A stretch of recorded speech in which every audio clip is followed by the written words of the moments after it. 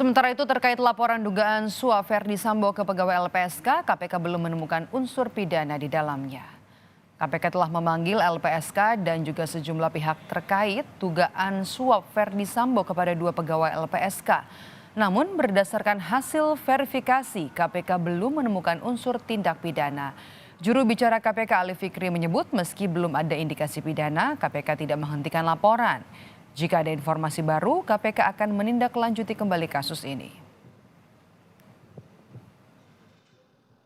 Hal pembelaan maupun pengajuan. Sejauh ini belum ditemukan adanya indikasi tindak pidana.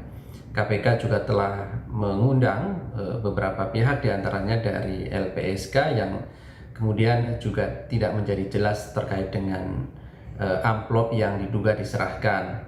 Apa itu isi dari amplop, apakah uang ataukah yang lain, ini kan perlu kemudian harus jelas kalau kita berbicara mengenai dugaan tindak pidana misalnya suap menyuap.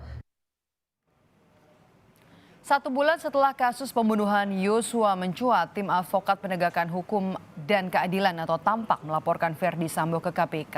Tampak melaporkan Sambo atas dugaan pemberian amplop yang diduga berisi uang kepada dua pegawai LPSK di kantor Propam Mabes Polri 13 Juli 2022. Upaya penyuapan diduga berkaitan dengan pengajuan permohonan perlindungan untuk Putri Chandrawati dan Barada Richard Eliezer kepada LPSK sebelum rekayasa skenario tembak-menembak terbongkar.